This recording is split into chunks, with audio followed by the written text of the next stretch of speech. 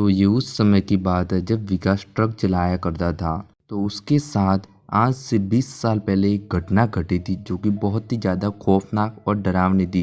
विकास जब ट्रक चलाता था जब उसकी उम्र 25 से 30 साल की थी लगभग। उसका काम था माइन से ट्रक लेकर मतलब पत्थर ओवरलोड करके ट्रक में उसको जोधपुर पहुंचाना था जहाँ उसे कॉन्ट्रैक्ट मिलता था ट्रक पहुंचाने का। तो सिर्फ ड्राइवर का ही काम करता था हर रोज की तरह। उसका काम ये हर रोज का था। तो हर रोज की ट्रक पत्थर भरने के लिए माइंस पे लेके जाता है। वहाँ से ट्रक में पत्थर ओवरलोड करवा के वहाँ से रवाना हो जाता जोधपुर के लिए। जोधपुर की तरफ तेजी से वो बढ़ रहा था अपना ट्रक लेके जब रवाना हुआ था जब 5 बजकर कुछ 20-25 मिनट हो चुकी थी। चलते चलते 8 या 9 बज चुके थे। तब वो सोचता है अब खाना खा ले तो आगे ढाबा काम मिलेगा।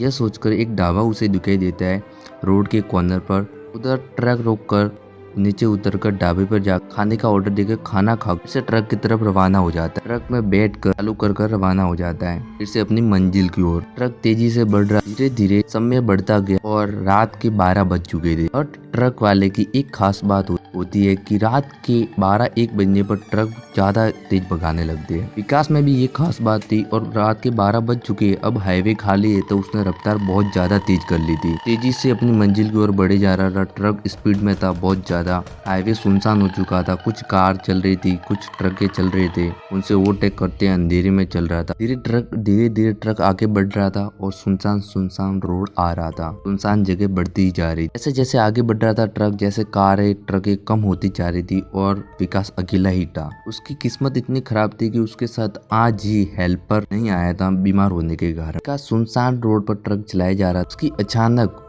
सुनसान रोड के एक पेड़ पर नजर पड़ती है। वो देखता है कि वहाँ पेड़ के ऊपर एक औरत बैठी है। उसे देखते रहता है। ट्रक की रफ्तार कम करके वहाँ रोक लेता है। जैसे झुक के देखता है तो वो औरत नहीं थी। उसने सोचा वहम होगा। रात का बहुत ज्यादा टाइम हो चुका है। ट्रक चलाते चलाते ऐसा लगा। ऐसे करके ट्रक स्टार्ट फिर से करके आगे बढ़ने लगता है। कुछ किलोमीटर चला ही होगा कि उसे एक कार पलटी हुई नजर आती है जो रोड से नीचे जंगल की साइड चली गई थी। उससे कार से निकल के एक औरत उसे हेल्प मांग रही थी विकास से। विकास ने कहा काम मैं भेजा मारी करूँ। कुछ उल्टा सीधा हो गया था। वो सोचता है ट्रक लेके मैं निकल ही जाता हूँ। ऐसा सोच ही रहा था कि वो औरत रोड के बीच बीच आ जाती है। ना चाहते हुए भी विकास को ट्रक रोकना पड़ा। फिर वो औरत बोली कि भैया मेरा यहाँ एक्सीडेंट हो गया है मुझे आगे तक छोड़ दो हॉस्पिटल तक। मेरे छोटे वगैरह भी आई है। विकास को भी लगा छोटे वगैरह तो काफी आ चुकी है खून भी बह रहा है छोड़ ही देता ऐसा कुछ नहीं आओ ट्रक में बैठो। फिर वो औरत आगे ट्रक में बैठ जाती है कि कार रियल में पलटी हुई पड़ी है अंदर की साइड। उस औरत ने साड़ी पहनी हुई। विकास को एक बात अजीब लगी इस औरत की ये बात थोड़ी पुरुष जैसी है आदमी जैसी है मतलब ये बोल रही है। तो लगा होगी किसी की बचपन से ऐसी आवाज होती है। ऐसे करके ट्रक आगे बढ़ाई रखता है। वो गर्मी का मौसम गर्मी के मौसम में फिर वो औरत भी बैठ गई तो वो सोचा लगी हुई है छोटे वगैरह गर्मी का मौसम फैन ऑन कर लेता हूँ।